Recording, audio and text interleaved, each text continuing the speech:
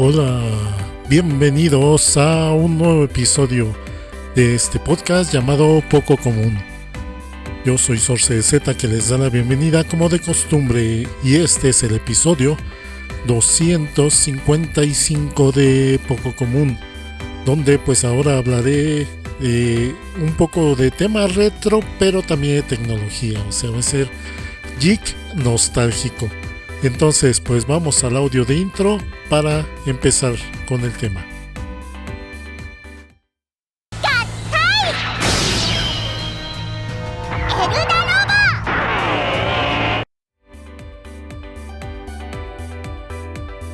Bueno, y el tema de esta ocasión va a ser sobre tecnología portátil, o sea, específicamente sobre relojes de los 80s, pero relojes de pulsera, no despertadores, no de pared, no de escritorio, no de bolsillo, de relojes de pulsera específicamente, y más específicamente los relojes digitales, que fueron pues lo más característico, novedoso, impresionante en los 80s.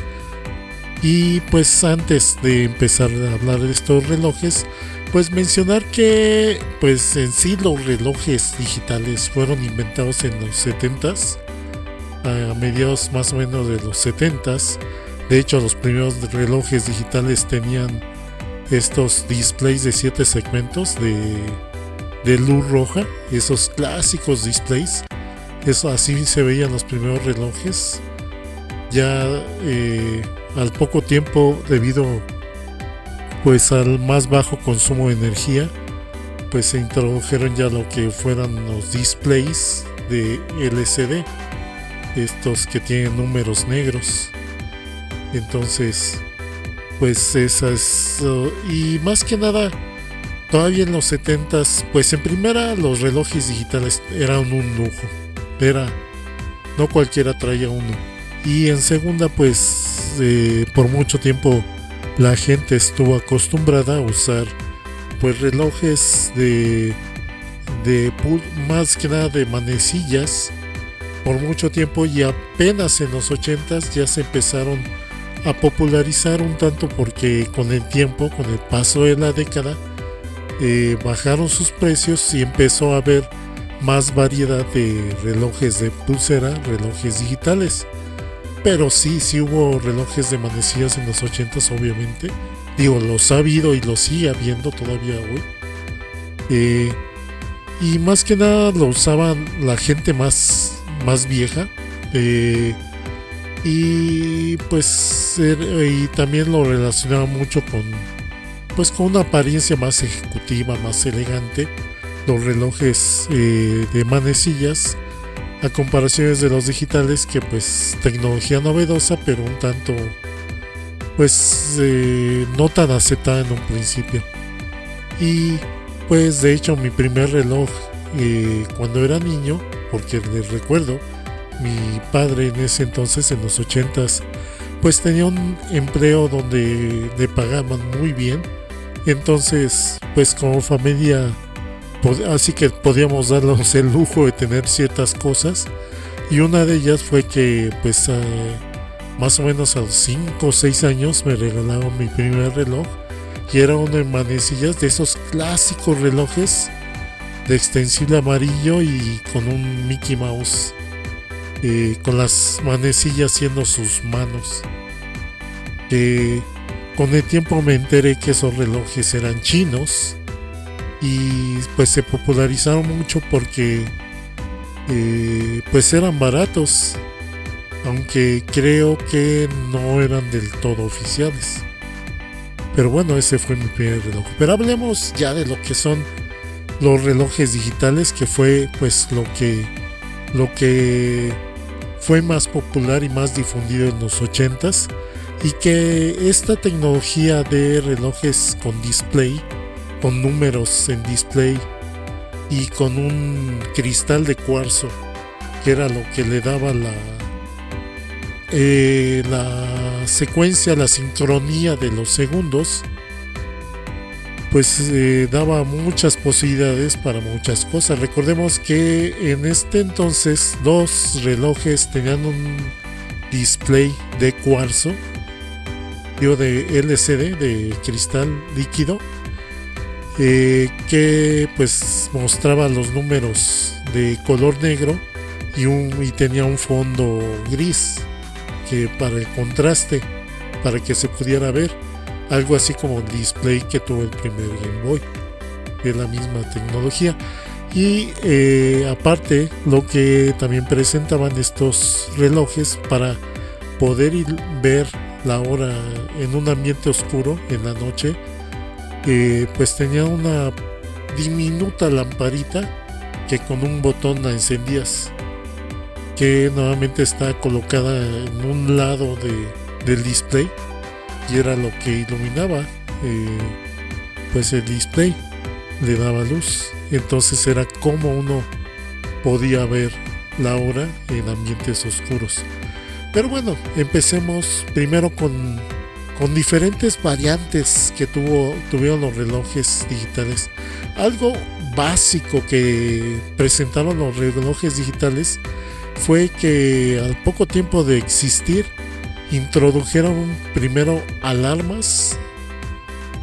No todos, pero empezaron a introducir alarmas, pues obviamente programables, y en algunos casos más finos o un poco más costosos traían también pues la fecha. Sobre todo los días de la semana era algo como que más que era un detalle extra que tenía display, pero podías ver la fecha apretando un botón, el día y el mes sobre todo.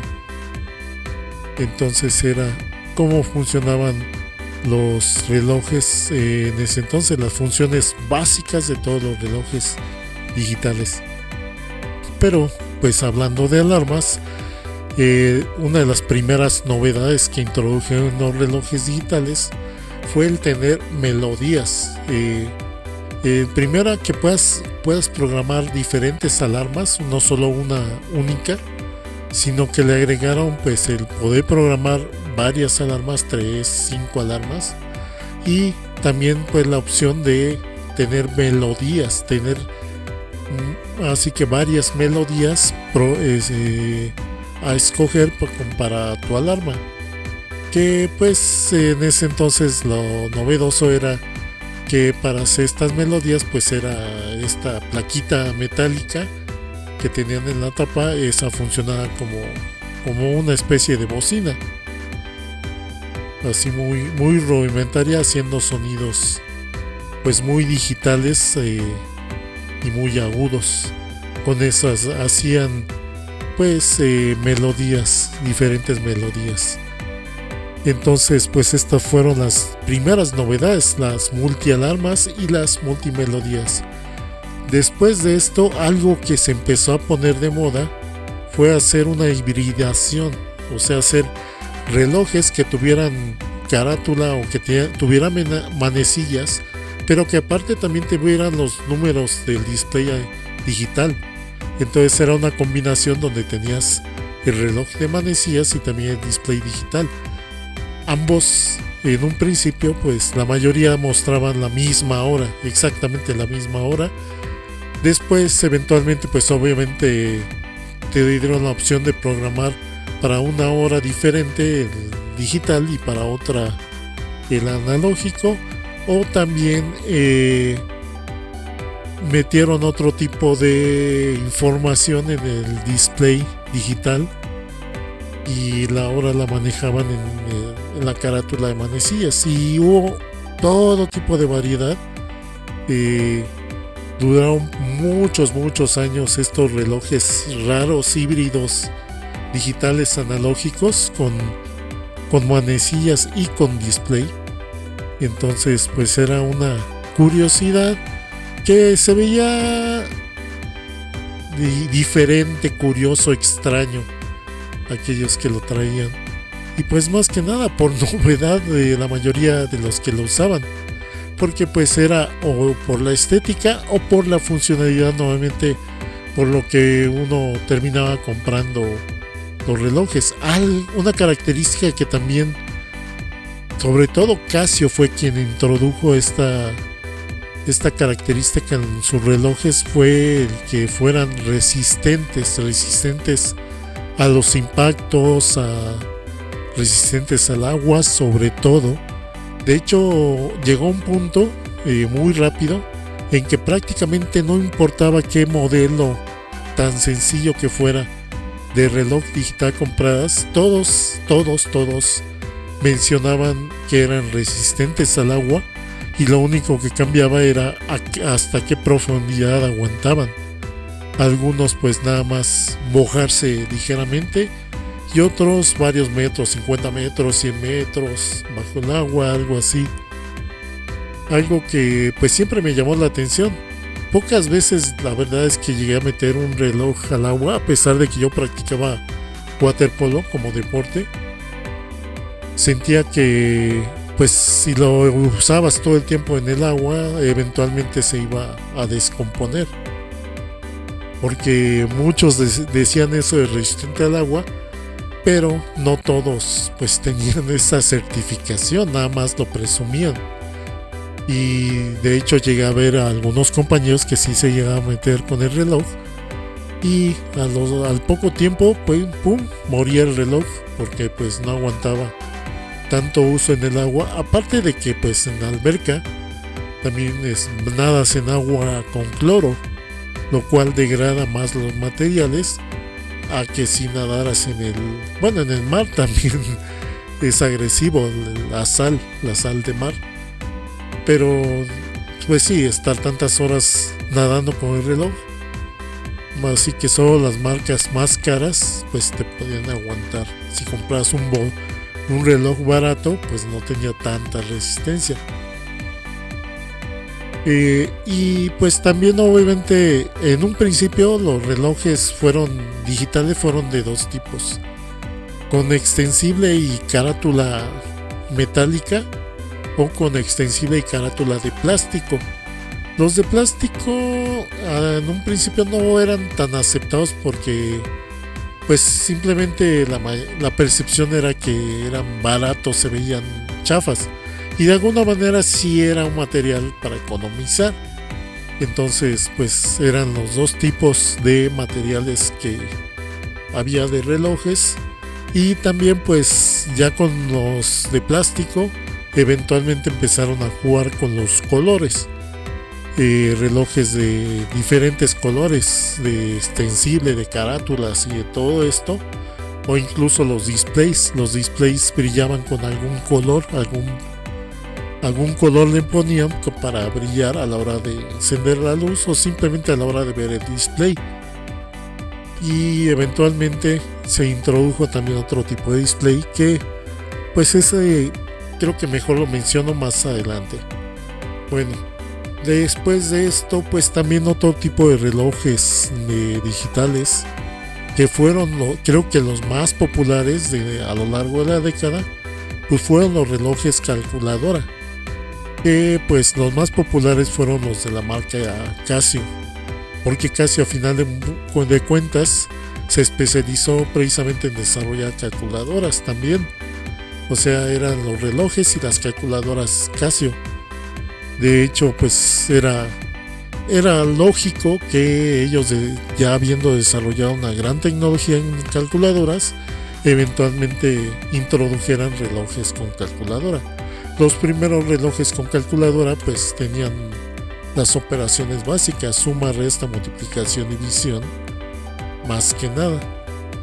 Casio fue el que a final de cuentas también introdujo relojes ya científicos, básicos, pero ya eran científicos, que podían calcularte raíces cuadradas, funciones trigonométricas, o sea, seno, coseno, tangente, y algunas otras operaciones complejas.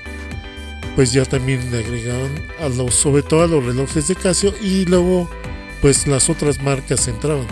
Recordemos que en entonces, de veras, las marcas que existían eran bastantitas. Casio, Timex, Seiko, Citizen, Sanyo. ¿Qué otra? No me acuerdo de todas, pero eran bastantitas marcas que sacaban sus propios innovaciones. Pero ahí sobre todo los que lideraban eran Citizen, Timex, Casio. Eran los que más sacaban innovaciones. Y pues de estos de calculadora fueron evolucionando también en cuanto al tamaño, al tipo de teclas. Por ejemplo, los primeros de calculadora tenían teclas redonditas de metal y eventualmente les metieron membrana de plástico, de esta que traen pues las calculadoras y algunos teclados pequeños de computadora. Pues le metieron membrana a la mayoría de las calculadoras eventualmente.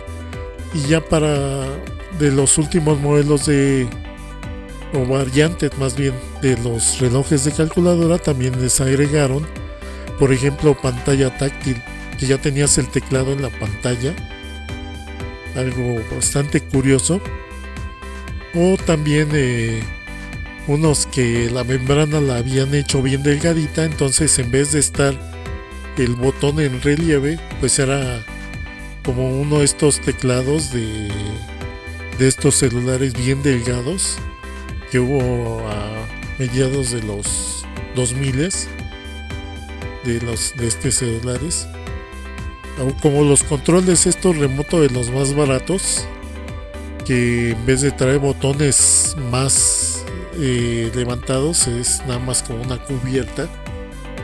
Algo así era el teclado que traían algunos relojes de calculadora, más que nada por reducir el tamaño del reloj.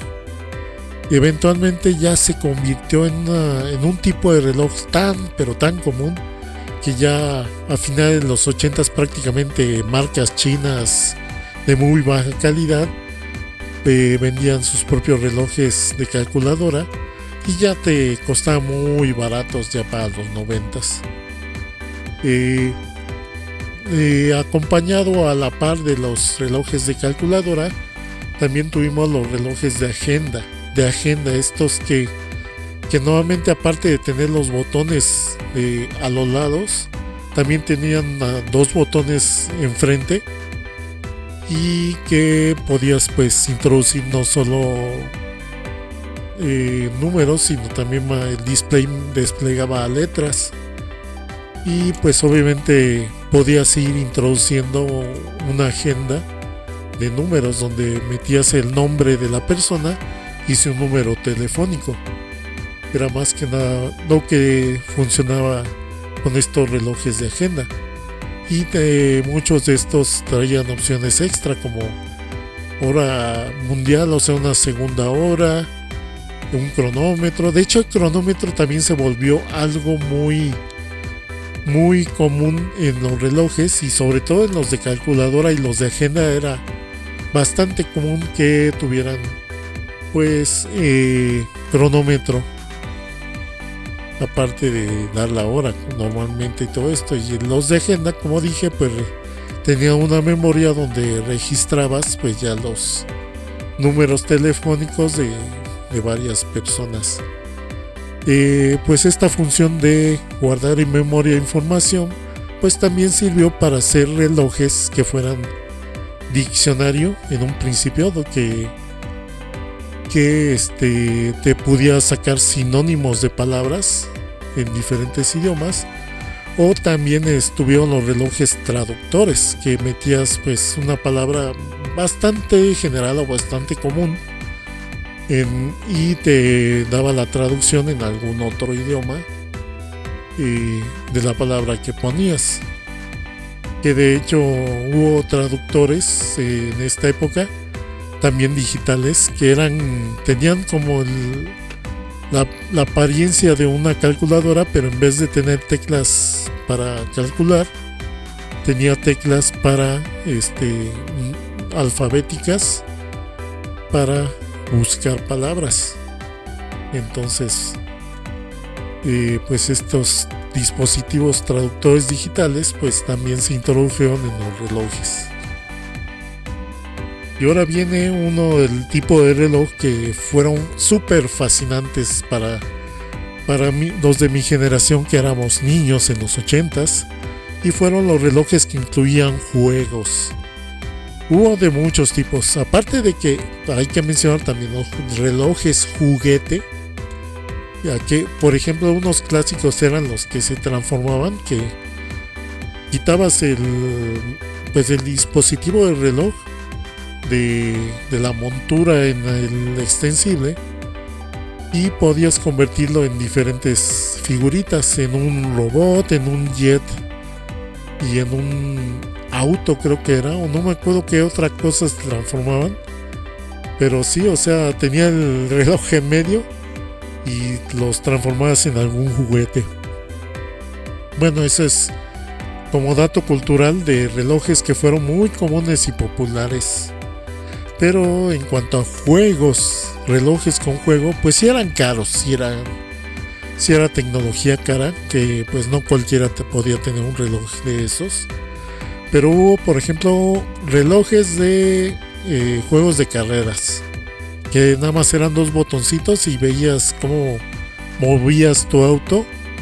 Obviamente la acción era bien pausada, nada más se veía como tu icono se movía, pum pum, desaparecía y aparecía en otro lugar. Igual los autos que iban rebasando se veía como aparecían adelante, luego se veía como según se acercaban y cómo lo rebasabas. También hubo reloj con juegos de disparos, o sea, de que tú tenías tu cañón o tu navecita y le disparabas a los enemigos, a los extraterrestres, y movías ahí tu navecita en la parte inferior de la pantalla, mientras con otro botón, o sea, 2 botones para mover a los lados y otro tercer botón para disparar. Juegos de plataformas también, que incluían ahí a veces 2, a veces más botones en la parte frontal, y que eran pues muy básicos, muy de esquivar obstáculos, subir, bajar plataformas.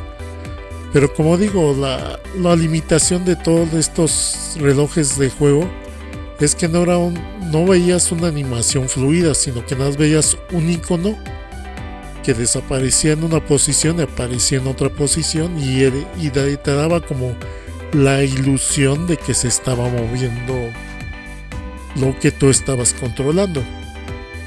También obviamente no podía faltar un reloj de Pac-Man, que fue creo de los más populares, que tenía 4 botones frontales. Bueno, hubo una primera versión que traía un diminuto joystick, ese yo no lo conocí, pero el que sí tuve fue el que traía los 4 botones frontales para arriba, abajo, izquierda, derecha, y pues movías a tu Pac-Man en el diminuto laberinto que tenía el reloj, que obviamente era mucho más pequeño que en el juego original, y tenía pues también sus soniditos, su musiquita, todo esto.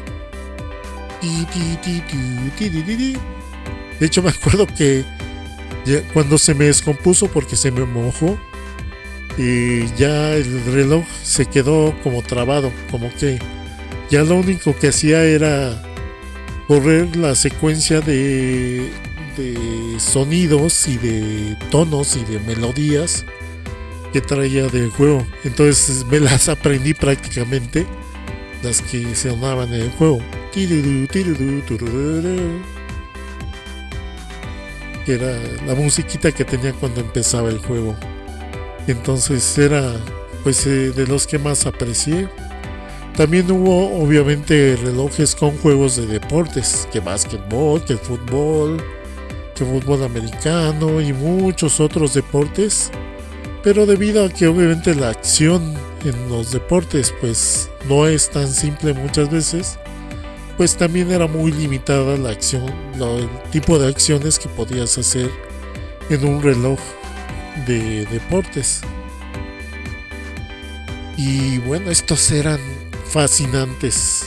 De hecho, siempre tuve ganas de coleccionar todos los relojes, porque me acuerdo que, por cierto, cómo conseguíamos la mayoría de los relojes. En ese entonces, pues había muchas restricciones en cuanto a la economía y a la importación de cosas.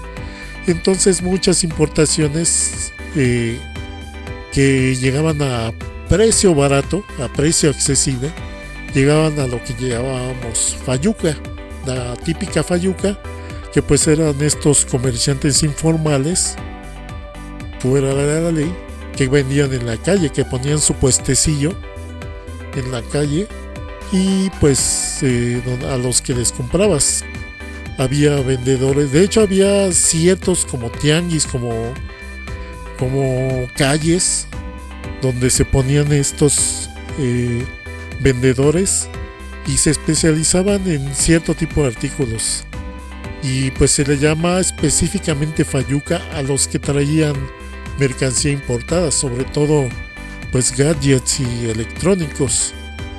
Entonces había pues los especialistas en relojes, y me acuerdo que ahí podías ver toda la variedad de relojes que traían y que podías comprarles.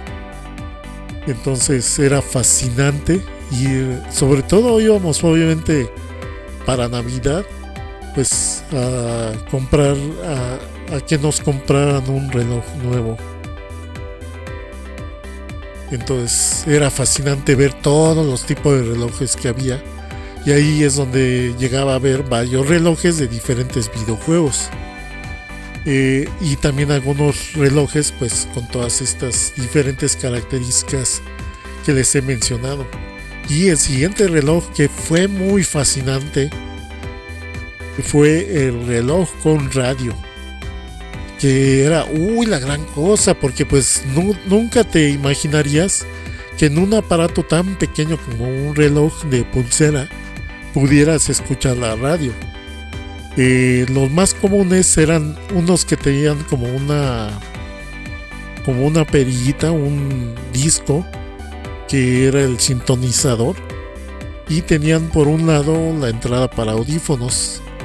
Entonces funcionaban como funcionaba la radio en los celulares, que normalmente en los celulares ya ven que para escuchar la radio te pedía que conectaras los audífonos, porque los audífonos servían como antena. Entonces usaban el mismo principio estos relojes de radio. Tenías que conectar los audífonos para que funcionaran como antena, y pues ya con esta ruedita pues empezabas a girarla para sintonizar. Los más comunes solo incluían radio AM, debido a que por el tamaño de la antena, más que nada por los tamaños de antena y la circuitería que se requiere. Para un radio AM la circuitería es tan simple que pues cabría muy bien en un reloj, aunque la desventaja era que para un radio AM, para tener mejor recepción, necesitas una antena bastante larga. Sobre todo lo más práctico era una antena redonda para radio AM, pero pues con los audífonos era con lo que tenías que sintonizar, y era más difícil sintonizar usando como antena los audífonos. Y además pues ya en los 80s muchos ya no escuchábamos radio AM sino puro FM. Entonces pues sí le hacíamos como un poco el feo y no sabíamos qué estaciones sintonizar, porque no las conocíamos, las de AM. Además de que pues en los 80s la calidad de sonido de la radio AM era muy inferior a la de FM, entonces sí sonaba medio feo. Y pues así como que pues era la novedad, pero sí no era tan padre a la larga escuchar pocas estaciones de AM. Y como dije, no conocía muchas estaciones, y la mayoría de las que llegaba de las que había escuchado en AM, pues eran de música que no me gustaba, la verdad. O eran de puro noticiero o cosas así. Entonces sí, como que me decepciona un poco estos relojes de radio porque traían puro AM. Eventualmente salieron también relojes de radio con FM. También con FM, pero eran mucho más caros. Entonces no era tan fácil comprarse uno con radio FM. Algunos relojes incluso más caros, más complejos, incluían bocina en el propio reloj. Sí, porque la mayoría de los relojes pues era con entrada de audífonos. No, hubo algunos que sí traían bocina para escucharlos. Y hubo un reloj en específico, porque fue un solo modelo de la marca Seiko, que sacó un reloj televisión.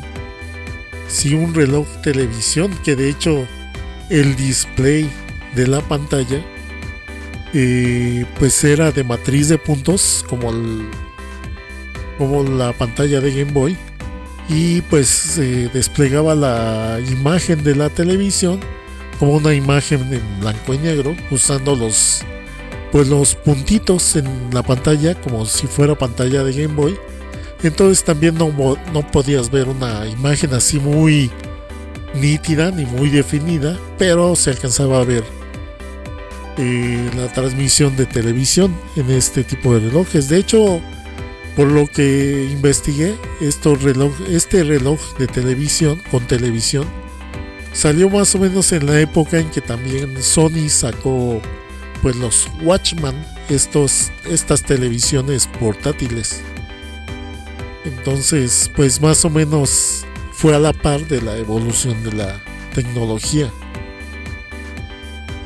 Que recordemos que las televisiones normalmente en esta época pues eran de CRT, de tubo de rayos catódicos, que eran televisiones pues bien aparatosas, pesadas, y que era muy difícil miniaturizar debido a este tipo de pantallas. Entonces pues estuvo esta curiosidad. La verdad no estoy seguro si lo llegué a ver este reloj en Fayuca, pero pues se me hizo una curiosidad bastante buena como para no mencionar. Y por último, ya pasando un tanto, saliendo un tanto de todas estas funciones y características curiosas de los relojes digitales de los 80s, pues también hubo relojes digitales que pues apelaron más a la estética. Empezaron primero, por ejemplo, a sacar ya para la segunda mitad de los 80s relojes más delgaditos, que pues el cuerpo era mucho más delgado, le cambiaban obviamente los botones como aparecían, y era muy sencillo la mayoría de estos relojes, los típicos relojes nada más con un display sencillo, delgaditos, y como los hicieron delgados, pues les empezaron a meter qué colores o diseños o todo esto a estos relojes. Entonces pues estuvieron bastante curiosos, llamativos, sobre todo se veían bonitos estos relojes delgados de varios colores, y también pues agregaron a estos relojes que eran llamativos, pues también le metieron un display transparente, que no les costaba ningún trabajo hacerlo. Un display transparente que cuando lo veías pues sí te llamaba la atención, porque veías, se puede ver a través del display. Entonces pues te llama mucho la atención, pero en sí no era la gran cosa en cuanto a tecnología, porque pues básicamente todos los relojes podían ser eran de pantalla transparente, pero necesitaban ponerle un fondo gris para que pudieras ver los números. No era tan práctico que hiciera un reloj transparente, porque de hecho estos relojes transparentes, que eran parte de los relojes delgados,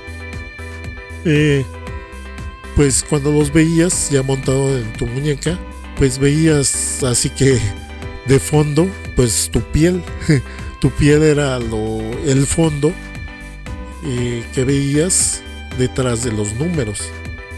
Entonces era una curiosidad simplemente. Y pues hubo muchos diseños muy coloridos y muy llamativos de estos relojes delgados. Una última innovación que también metieron en los relojes pues fue las celdas solares, las que tenían panel solar, celda solar. Estos relojes que pues presumían la mayoría que podían funcionar sin pilas, sin baterías. Entonces con el puro panel solar, la mayoría no realmente no podían funcionar mucho con el panel solar porque le ponían un panel solar muy diminuto que a duras penas captaba la luz y que no proporcionaba mucha energía.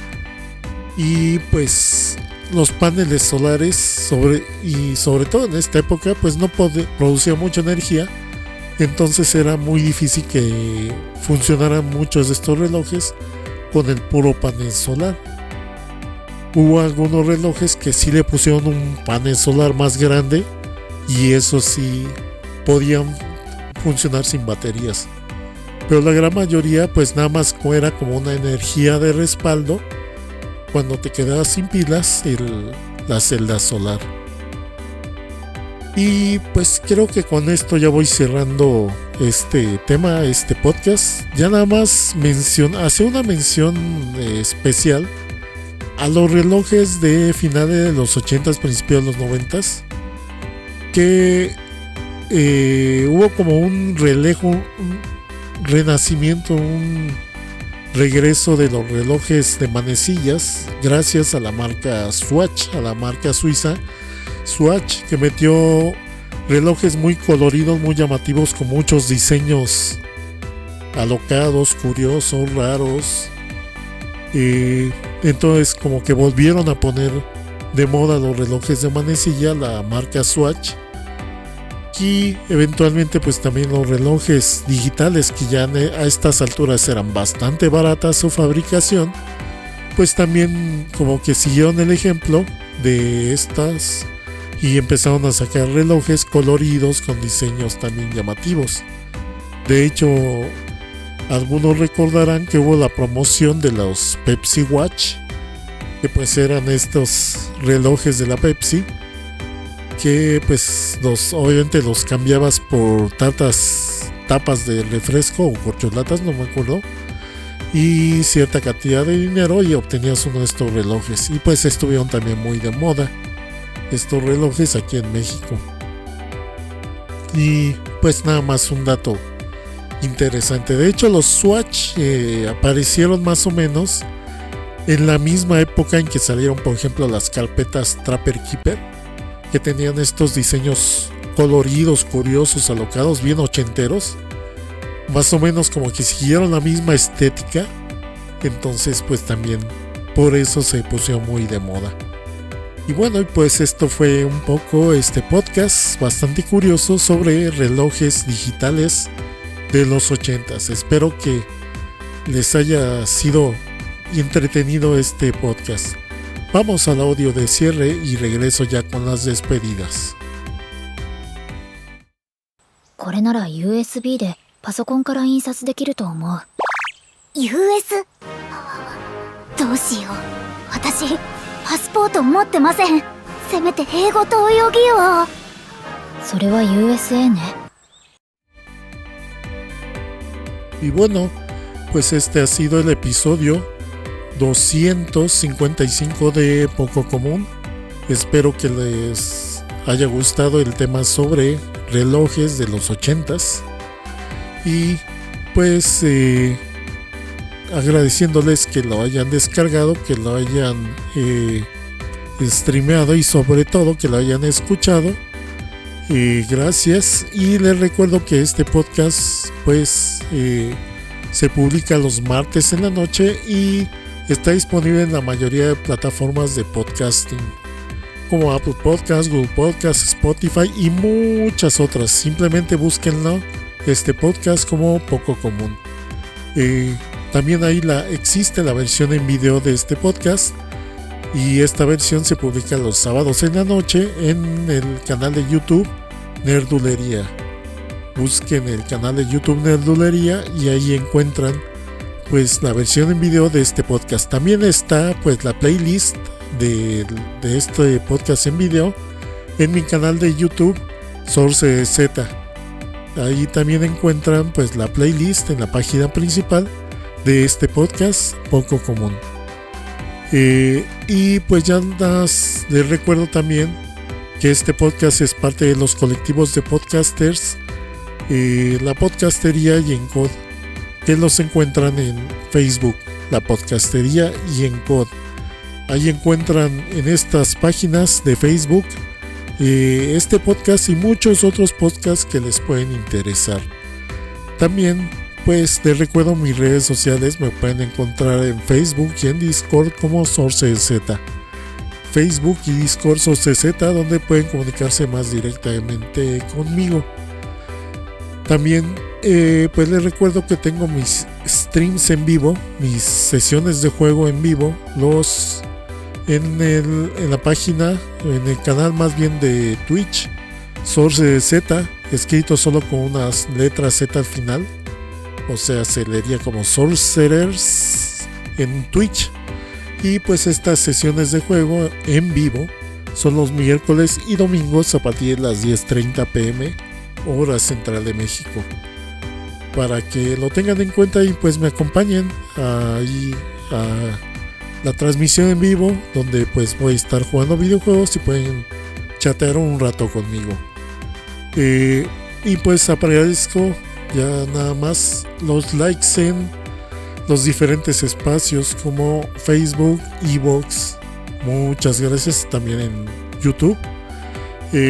Desafortunadamente, como hubo cambios en cómo se publican los podcasts en Evox, pues ya no puedo leer quién me dejó like, pero gracias de todas formas por dejar su like.